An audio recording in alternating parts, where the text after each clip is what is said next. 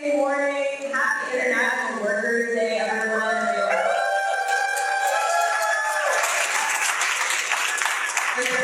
Welcome to the first ever, hopefully not the last, Madison Labor Community Pancake Breakfast.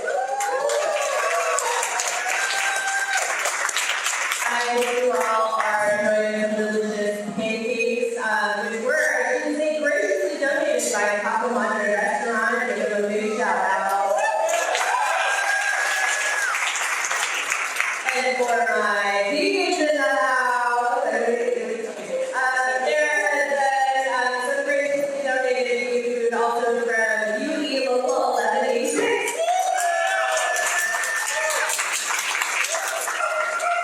Thank you to everybody who helped on this event. Feel free to keep getting some coffee, getting some pancakes. I know there are waffles, sausage, all that good stuff at that table. We also have the art bill. If you don't have a sign to the protest today, you can check that out. But for now, we're going to be hearing some quick speeches, teaching on the history and the importance of this day, May Day, International Workers' Day. I'll start by saying, my name is Halsey. I'm one of the co-chairs of Madison USA. Also, member of Aspen Local 171. And I am so excited to see so many people here today, standing in solidarity, committing to each other, committing to our coworkers, committing to our neighbors, and saying, abolish ICE. Citizenship for all. And an economy for all. We are here this morning to stand in solidarity, to be in community, and to get ready for a day of action where we are standing with workers around our city and around our country to say no work, no school, and no shopping until we stop the war, stop ICE, and win the world that we deserve. Thank you all for coming. Thank you all for building this community, building this solidarity, and being some delicious days. And we are going to, like I said, hear these speeches on the history of International Workers' Day, the importance of this day, why it is for everybody, and what you, yes, you can do to keep the momentum going after today and into May Day 2027, May Day 2028, and every day until our demands are met. But I also know that many of you are here because you're in that way already, so I didn't want to see this and who is in the room. So who here is taking the day off of work?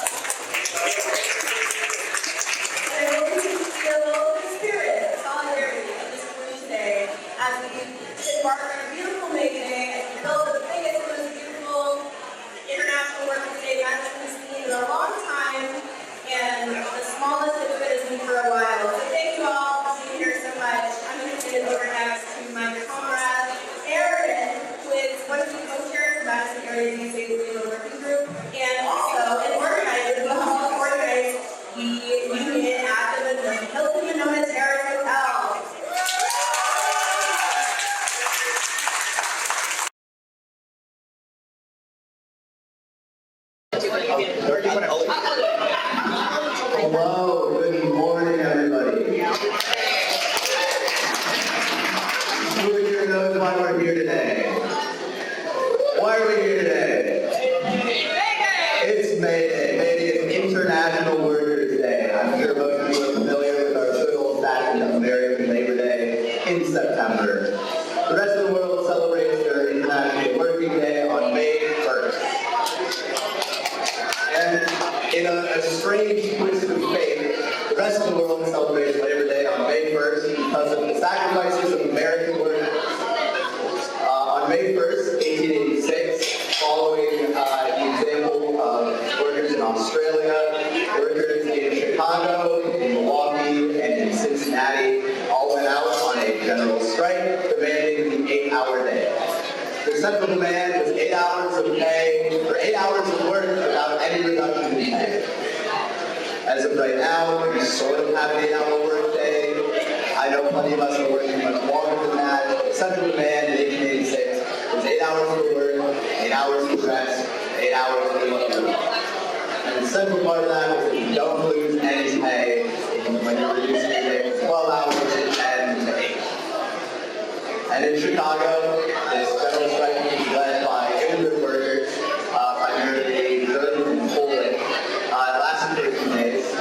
Many of you know on May 4th, we heard the Haymarket riot, Haymarket affair, Haymarket tragedy. I'm getting a lot of blank faces. Haymarket tragedy, riot affair, whatever you want to call it. It's just like that speaker's like too loud. Let me go see if I can turn A bomb went off in a very crowded Haymarket Square, which led to a bunch of police opening fire on the crowd, and at least one cop died. That doesn't really matter. A number of workers died, and following that, there was a kangaroo court prosecution of 8 anarchist leaders who were deeply involved in organizing May Day. And that resulted in 8 anarchists being charged for the deaths at this riot, even though many of them were not even present that day. And as a result of that, half of them lost their lives. One committed suicide in prison, 2 were hanged, and another one was died of sickness from injury. I bring that up as well because here in Madison, here in Wisconsin, also in early May of 1886, the Bayview tragedy took place. Like I mentioned, Chicago, Milwaukee, and Cincinnati all went out on the 8-hour workday. Here in Milwaukee, especially the Polish workers led the charge, and in early May, the Polish workers were met at the National Guard. 7 workers were killed, including a 12-year-old. There's a statue there. And there's memorials in Chicago for Haymarket and in Bayview, the Bayview tragedy.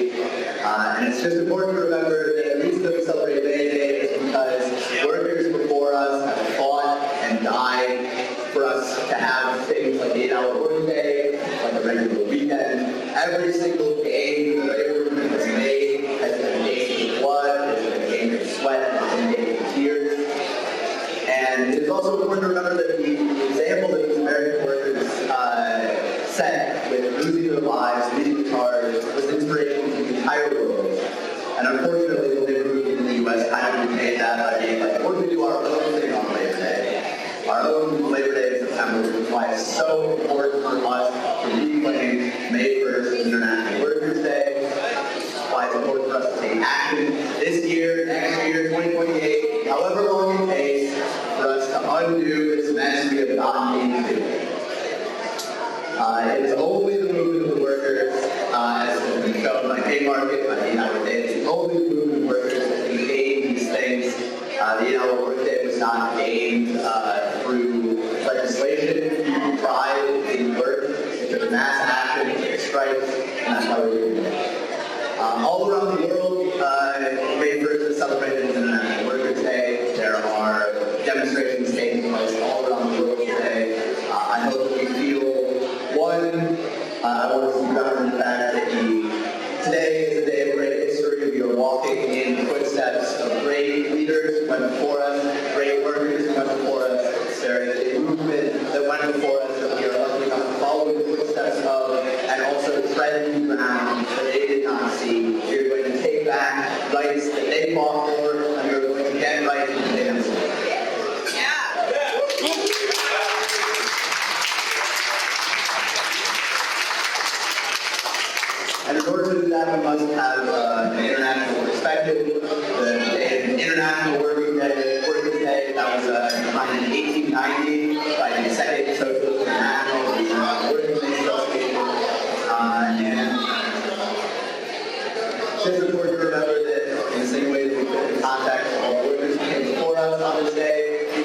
context of global living, global diversity, we are should be proud to be a part of. Thank you all for being out here today. Remember May Day, remember Haymarket, remember Bayview, and let's keep giving them capitalist help.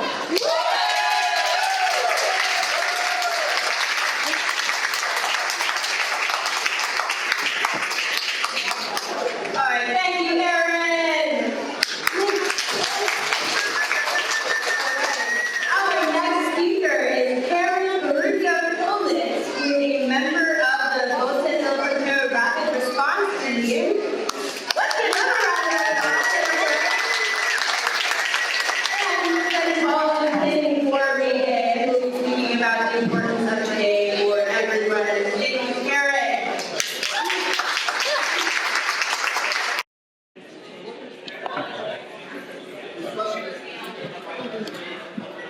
Buenos días, camaradas. Así lo decía mi papá. That's how my dad used to say. ¿Qué pasa, camaradas? Doing good. He often shared this in memory of his own revolutionary days in the land where so many of our ancestors were forced to flee across borders that did not want them and make a life for themselves amongst the most challenging of circumstances. To me, this word comrade means a deeper ally, a friend who is with you in the struggle. Today, we move together, a river of reckoning carving new paths through that struggle. Together, we declare ongoing solidarity in the movement for immigrant rights, workers' rights, and deep, lasting justice for all people.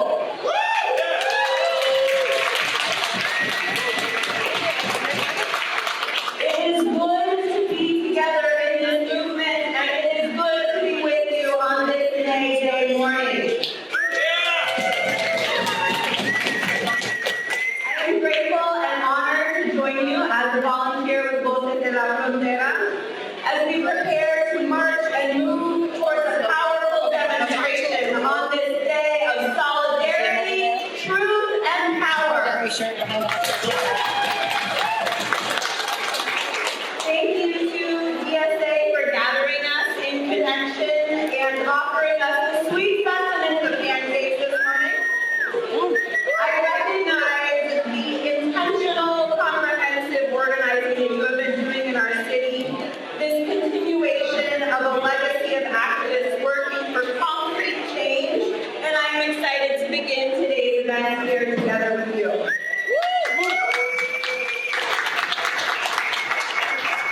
My name is Karen Barrutia-Coleman. I'm a Voces Rapid Response Team verifier, a member of Families for Justice, and I work in education, primarily at First Unitarian Society in Madison.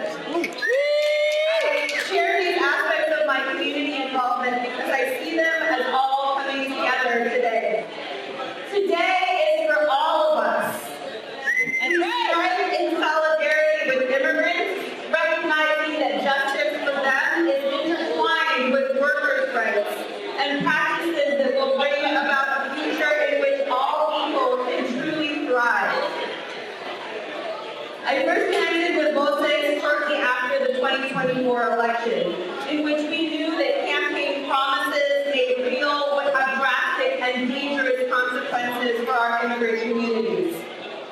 Voces expanded efforts to provide know your rights information to as many people as possible. And as we witnessed escalation and harm impacting communities across the country, we have ramped up our trainings for hotline operators and verifiers. Amidst occupation and tragedy in Minneapolis, involvement from people here in Dane County has increased. The growth has been so extensive that for the first time ever, membership for Voces here in Dane County surpassed that of Milwaukee County.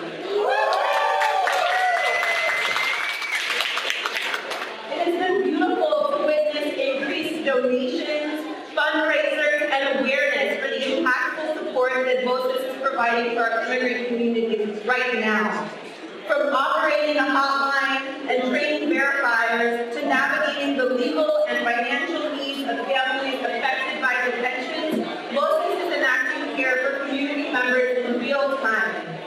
Thank you for the many ways that all of you have contributed to making this work possible, including showing up today. For me, this work is a source of reassurance and connection during otherwise scary times. We have been coming together in powerful ways, and today will be a significant display of that power.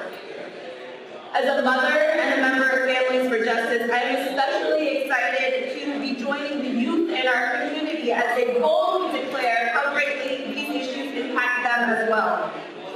I am deeply grateful for MTI's organizing and the incredible solidarity of teachers, which led to school closures in several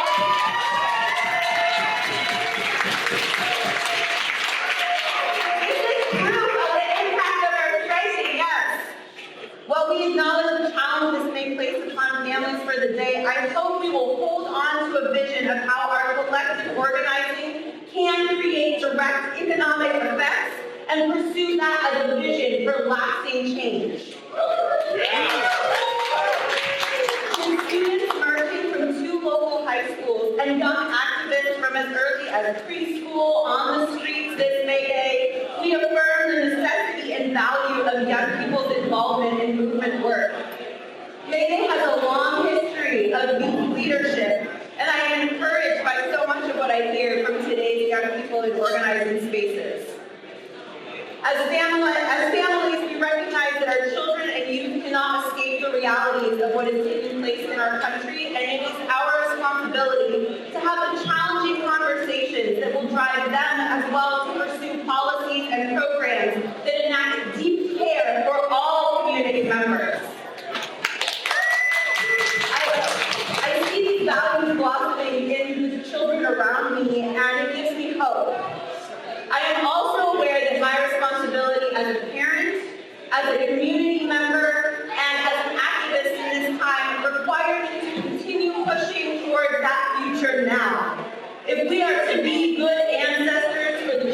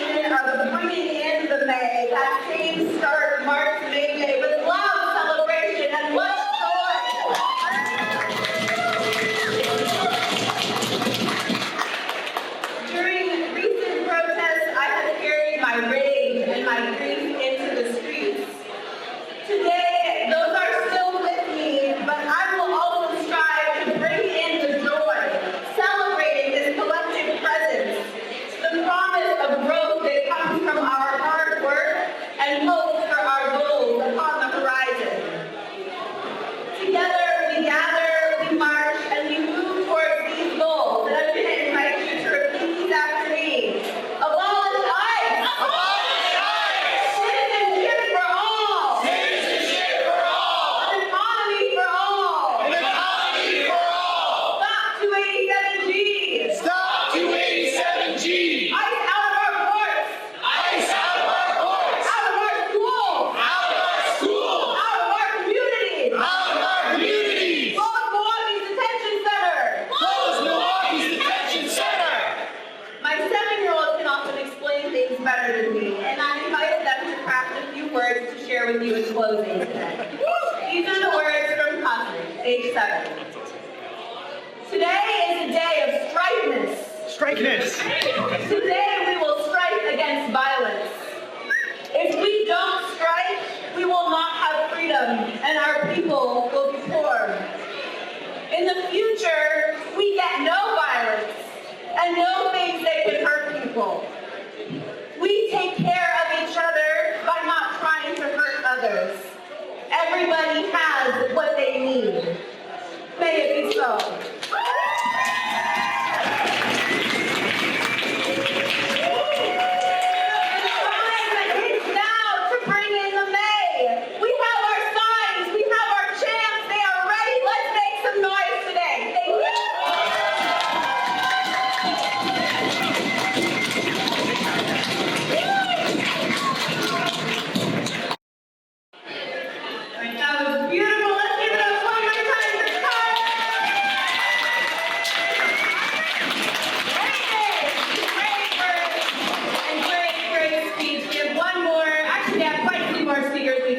Some speakers into this next slot. But before I hand it over to my comrade Anthony, I do want to shout out that we have raised just about $800 today! And I get all the emails every time somebody donates, so I know we have raised more than that. But I want to raise $100,000. Does anybody in this room want to donate $50 to both the Sales Fronteras Legal Aid and Worker Solidarity Fund? Anyone? I see you. Come on. Yes, we got a purple and white. All right. Anybody in for 40? 40. We got blue in the front. We got gray in the middle. We got green in the back. Let's go, Alex. Fred. Let's go. We got 4 for 40. Left row for 40. Oh, we got one more. We got 5 people donating $40. That is $200. So we just hit 1,000. That's great.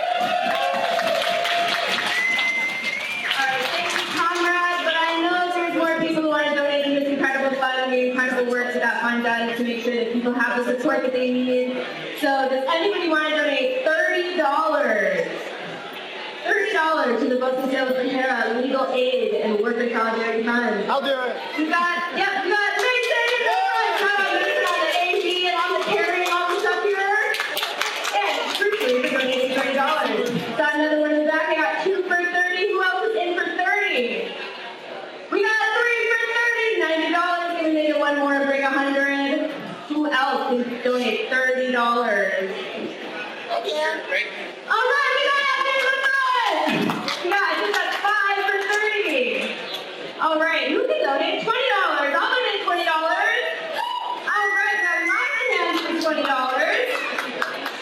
Anyone else for 20? I didn't count. So put those hands up for 20 again. That's right, my union sister here, Cece in the front, is going to donate $20. I got so excited I knocked off the popsicle. All right, so last but not least, who here is going to donate another $10 to that fund? Who can put in $10? All right, that's what's up. $5? $1? All right, no matter what number that you just raised your hand for, so raise your hand if you just said you were going to donate some money today. All right, I know I saw more hands than that. Come on, put them up. Alex, I see you. Okay, you're talking to me. So we've got quite a few people that just agreed to donate a little bit more to that fund, and I know we're going to hit probably about $1,500 with all that money. You should all give yourself a big round of applause for that solidarity. And you should also, sometime today, before you leave, go to the sign-in table and use the QR code there to donate, or you can give cash. I believe there's a cash box. You can get some cash too. Thank you so much for doing that. We really have to have each other's backs, and that's a beautiful way of showing your solidarity today. Thank you all. And thank you to all the people who are about to tell you how you can carry this organizing forward. So I am going to hand it over to my comrade and the former co-chair of Madison Area DFA, current Labor Working Group co-chair, and vice president of my union, AFSCME Local 171, Daphne McMillan-Domo.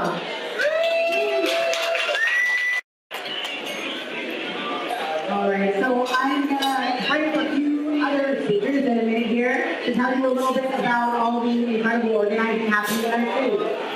We know that if we want to beat fascism and win the world we deserve, we have to organize on many fronts, in our neighborhoods and our workplaces, and our communities. And we are. USA members and lots of other working class Madisonians are building power in our neighborhoods through the Ice Out Neighborhood Chat Network, organizing in our workplaces and bringing workers from across the city together in workers' assemblies, and campaigning for socialist political candidates for elected office. So I want to bring up a few of my comrades, Oscar, Luke, and Elliot, to tell you a little bit more about the organizing we're doing in each of these areas. And I think let's take them in the order I just said them. So Oscar first, then Luke, then Elliot.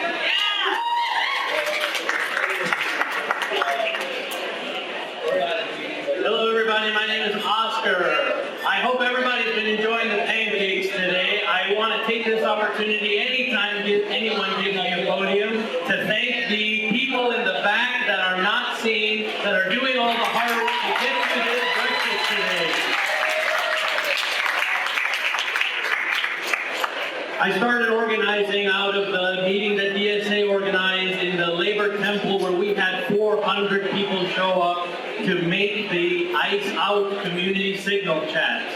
As of now, we have hundreds and hundreds of people in those chats with hyper-local communities ready to defend if ICE ever shows their face around here. We have dedicated ourselves to referring people to VOCES to get them the help that they need. When it is appropriate, we will step in ourselves. This is the work that we can do together, you and me, in Madison to protect ourselves, because at the end of the day, we are the people who will protect each other. I won't take up much more of your time, but if you are interested in joining your neighborhood chat, because your neighborhood does have a chat, please see a QR code in the back over by the sign-in table, or please come talk to me. I will get you situated. One example of the work that we have done is we have been able to successfully get a family, a mother and her daughter, out of Dilley Detention Center and settled into Madison. We have raised over $3,000 for this family. We are getting them food and clothes and shelter with tenant rights.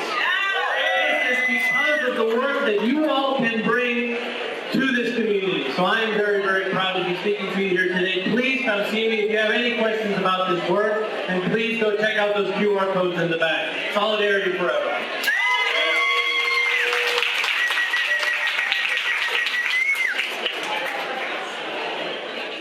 Great to see so many faces coming together from different organizations, different meetings today. That's what media is all about. The working class coming together to fight for each other. I think this year in particular, we're seeing a return to the labor slogan, an injury to one is an injury to all. That's exactly the route that we need to return to. We're going to fight back against the labor agenda that is attacking us from all sides. Every last right, every last advance in the workers' movement is being clawed back right now by the leaders. From deregulation, allowing them to run rampant throughout our environment, to attacking our right to vote, and from every side, threat to send fascist goons to the polls to scare people away. Right now, the entire working class, no matter what background you come from, we're all being attacked. And right now is the time that we have to be coming together in a united front and fight back against fascism, against authoritarianism, against the billionaire class agenda. This is what the Workers' Assembly was designed to help facilitate. It's an idea that is an old as the workers' movement, and most recently was implemented in Minneapolis by socialists and left labor activists to bring together the rank and file of the movement, to push our unions, our organizations, our communities toward mass strike action. We are in coordination with those activists in Minneapolis that helped get this off the ground on January 23rd, and it shut down Minneapolis, and it forced Trump to pull out of the Twin Cities. That is exactly we need to look at Minneapolis and learn from them. What did they do? They shut down the economy. Why? Because that is where the billionaires get their profit. Why? Because the billionaires are the ones that control our government. They came together across union organizations, undoing decades of division and infighting against suffrage that have allowed the billionaires, allowed Trump to run roughshod over it. The Workers' Assembly has voted to hold another Workers' Assembly on June 6th, where we want everyone in this room to come out to it, because we're using this as a space to talk about where do we go next. Today is not enough. We have not won those demands of abolished cuts, of citizenship for all, of winning an economy for all. Now is the time that we start sinking our roots in our workplaces, in our communities, and we bring those efforts together in a common space where we can democratically decide the next step of the nation. So again, June 6th is our next Workers' Assembly. I want everyone here to come out of that, talk about how we can take the next step of the movement. Thank you.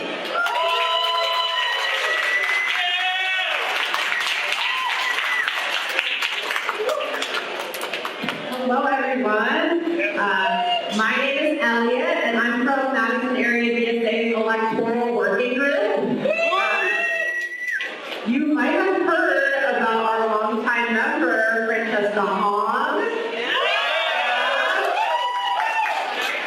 She's running for governor, and we've endorsed her, and we need your help volunteering to get Fran over the finish line.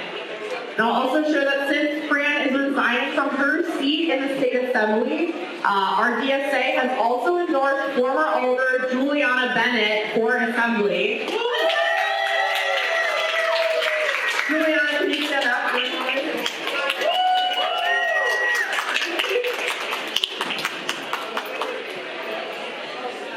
Yo, thank you all for coming out tonight. Quick story. This past week, I was knocking doors on Madison's north side. And I had a real experience with how this federal administration is harming our communities. I had a neighbor tell me that they were awoken at 6:30 in the morning to ICE outside of their home, stealing one of our neighbors as they were on their way to work. What a fucking shame. 6:30 in the morning, they took this man on his way to work, and now him, his kids, his wife are on their way to Mexico. They tore apart an entire family and forced them out of our communities. This is not an abstract concept, it is right here, right now, today. And I want to say that's why I stand for the Keep Families Together happening, but more so, there's a fucking reason why there aren't any elected officials here right now today. You see how many people are here? How are they not here standing up with us? And that is because this is not a Democrat versus Republican issue. This is a top versus down issue. This is a billionaire versus the working class, and we are the working class, and we are a lot more than them. Come together at campus. This is what I mean. This is what I mean, that every single one of you today, out helping us reach more voters, means a lot more than 10 people donating $1,000 to each and every one of these campaigns. So, I'm going to leave that with that. But y'all, we got to get together and organize. And make sure we're keeping our communities safe, because ICE is here in our communities. Thank you, Juliana. So yeah, if you live on the Isthmus, the north side or the east side neighborhoods of Madison, she's running to represent you. We really need trusted leaders like Fran, like Juliana, in office who are responsive to the needs of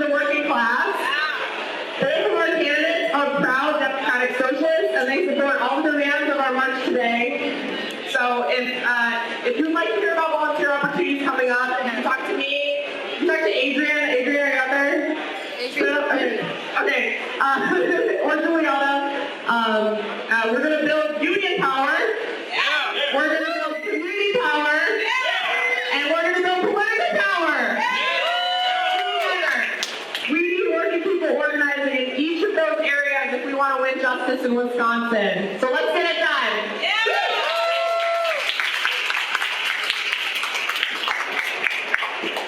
All right, another round of applause, please, for Luke, Oscar, and Elliot, who not only spoke about that organizing, but have been deeply involved and instrumental in making it happen. Here's the thing. You can and should be too. If we want to win, it will take all of us. So get involved. Talk to Luke, talk to Oscar, talk to Elliot. Find a way to plug in, join your neighborhood shop, organize your workplace, talk to your coworkers and neighbors.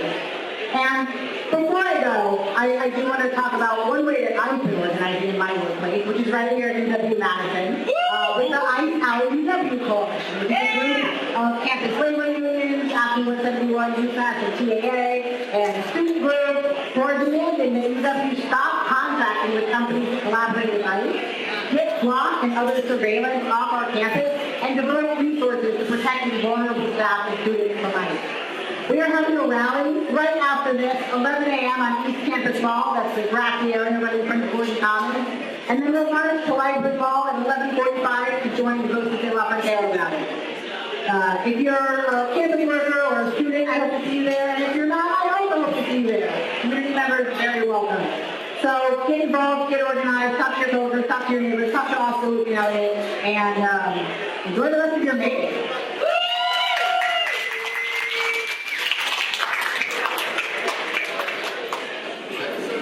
All right, thank you, Ashley. Thank you, Oscar, Luke, and Elliot. Thank you, Aaron and Karen. Thank you, everyone, for coming. We're going to do one last little teach-in today, which is going to be very relevant to what we're all going to do next. So who here is going to that Ice Out UW rally at 11? That's right. Who here is a UW person? UW staff, students, faculty, friends? All right, so we're going to be there, and we're going to make sure that the university knows what's up.